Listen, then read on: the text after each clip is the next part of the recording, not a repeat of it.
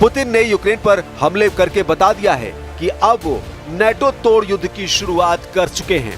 Ukraine में Putin के हर हमले की तस्वीर बता रही है रूस का एजेंडा अब ट्रंप के ख्वाब तोड़ देगा। चौथे साल में चल रहे युद्ध में पुतिन अब यूक्रेन को आगे बिल्कुल भी बख्शना नहीं चाहते।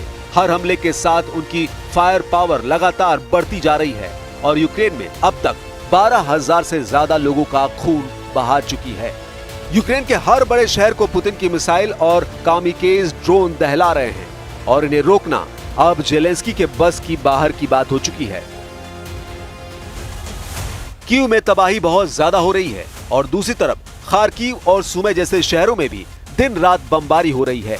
यूक्रेन के शहरों को जलाकर रूस का अगला टारगेट कौन बनने जा रहा है, ये तस्वीरें बता रही हैं। कैपिटल कीव से लेकर ओडेसा, ज़पोरिजिया, खार्किव और सुमे, यूक्रेन के हर शहर में रूस की फौज लाशों का पहाड़ खड़ा करना चाहती है। लेकिन परमाणु बेस पर हमले के बाद यूक्रेन पर रहम के लिए अब पुतिन के दिल में कोई जगह नहीं।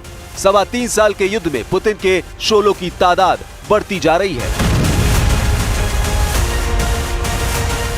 रूस में सुरक्षा परिषद के उपाध्यक्ष दिमित्री मेदवेदेव, जो रूस के राष्ट्रपति भी रह चुके हैं, उन्होंने कहा कि यूक्रेन को लेकर अब बस एक मकसद है, संपूर्ण जीत और यूक्रेन में नाजीवाद हुकूमत की 100% तबाही, जिसे पुतिन पूरी तरह खत्म कर देना चाहते हैं।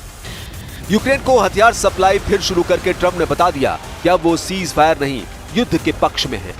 ट्रंप ने इसका फैसला ऐसे वक्त किया है जब वो युद्ध रोकने वाले अपने दावे को चीख चीख कर दुनिया के सामने बता रहे हैं। जेलेंस्की जबरदस्त उलझन में है। यूक्रेन पर पुतिन के ताबड़तोड़ हमले जारी हैं और दूसरी तरफ ट्रंप बहुत खामोशी से देख रहे हैं कि आगे क्या होने जा रहा है, क्योंकि जुलाई के साथ साथ उन्होंने पूरे अगस्त का वक्त पुतिन को दे दिया है।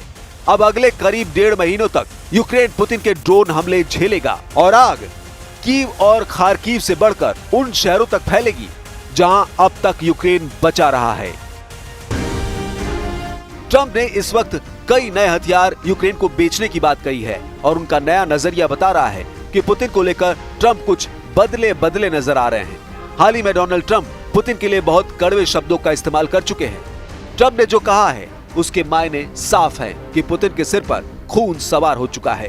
ट्रंप बता रहे हैं कि पुतिन अब न रुकेंगे न माफ करेंगे।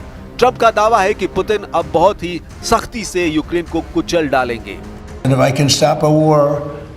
Because I have an ability to do so. I'm disappointed, frankly, that President Putin hasn't stopped. I'm not happy about it either. इससे पहले यूक्रेन में युद्ध को लेकर ट्रंप के ऑफिस में बड़ा अलार्म बजा था और ट्रंप के आदेश पर पेंटागन ने ऐसा फैसला किया जिसके बाद जेलेंस्की के पैरों तले जमीन खिसक गई। पेंटागन ने कहा कि अमेरिका के पास हथियारों का स्टॉक कम हो रहा है, यानी अमेरिका के पास अपने हथियार खत्म होने वाले हैं, इसलिए यूक्रेन को कुछ हथियारों की डिलीवरी रोकी जा रही है। इनमें अमेरिका की पैट्रियट एयर डिफेंस सिस्टम की मिसाइल थी, high Mars multi rocket system के रॉकेट थे, हेल फायर मिसाइल और 155 मिलीमीटर वाली तोप के गोले शामिल थे। इनमें वो जरूरी एयर डिफेंस सिस्टम और उनकी मिसाइल शामिल हैं जिनके जरिए जेलेंस्की पुतिन के ड्रोन और मिसाइल अटैक को रोकने में बहुत हद तक कामयाब रहे हैं। रूस न सिर्फ यूक्रेन के बड़े सैन्य ठिकानों पर हमला कर रहा है, बल्कि उन सेंटर्स को भी टारगेट किया गया है जहां यूक्रेन की सेना नए सैनिकों की भर्ती कर रही है। इससे पहले यूक्रेन रूस के कई सैन्य ठिकानों, तेल रिफाइनरी और हवाई अड्डों को ड्रोन से टारगेट कर चुका है। सबसे खतरनाक तो जेलेंस्की का ऑपरेशन स्पाइडर वेब था, जिसमें यूक्रेन ने रूस के 4 एयरबेस पर 117 ड्रोन से हमला किया था और पुतिन के कई परमाणु बमवर्षक और फाइटर जेट तबाह कर दिए थे। जेलेंस्की की शिकायत है कि पुतिन अब कई देशों के साथ मिलकर यूक्रेन को तबाह कर रहे हैं। We all understand that the source of this war and the long-term threat to the European way of life is Russia. But in reality, we are not just facing Russia alone. We are facing a network of state and non-state actors that are serving the cause of aggression. This network includes Russia, North Korea, the current regime in Iran, Chinese companies. Ukraine के लिए सबसे बड़ा खतरा Iran का शाहिद 136 है, जो एक आत्मघाती ड्रोन है। इसे रूस ने यूक्रेन के हर मोर्चे के खिलाफ इस्तेमाल किया है। इसी ड्रोन से यूक्रेन के एयरबेस से लेकर हर मिलिट्री बेस को टारगेट किया गया है, क्योंकि ये ड्रोन अपने टारगेट के 2 मीटर के दायरे में गिरता है। यानी हमला ऐसा सटीक कि दुश्मन का बचना नामुमकिन है। आत्मघाती शाहिद 136 ड्रोन अपने टारगेट से टकराकर बड़ा धमाका करता है। धमाका ऐसा कि ये जहां टकराता है उसका पुर्जा पुर्जा भी टुकड़ों में तब्दील हो जाता है।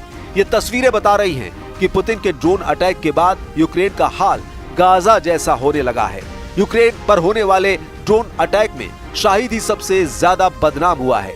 यही वजह है कि जेलेंस्की से लेकर ट्रंप तक सबको इस बात का एहसास है कि पुतिन की ये ड्रोन पावर पूरे यूरोप में तहलका मचा सकती है। रूस ने अब तक ड्रोन का इस्तेमाल यूक्रेन के एयर डिफेंस को तबाह करने में किया है। यूक्रेन के लॉन्ग रेंज रॉकेट सिस्टम जैसे कि अमेरिका से मिले हाई मार्स के खिलाफ किया है। रूस ने इसके जरिए यूक्रेन में बिजली सप्लाई करने वाले ठिकानों पर किया है। पुतिन के इरादों को टक्कर देने के लिए यूरोप में नई कोशिश शुरू हो गई है।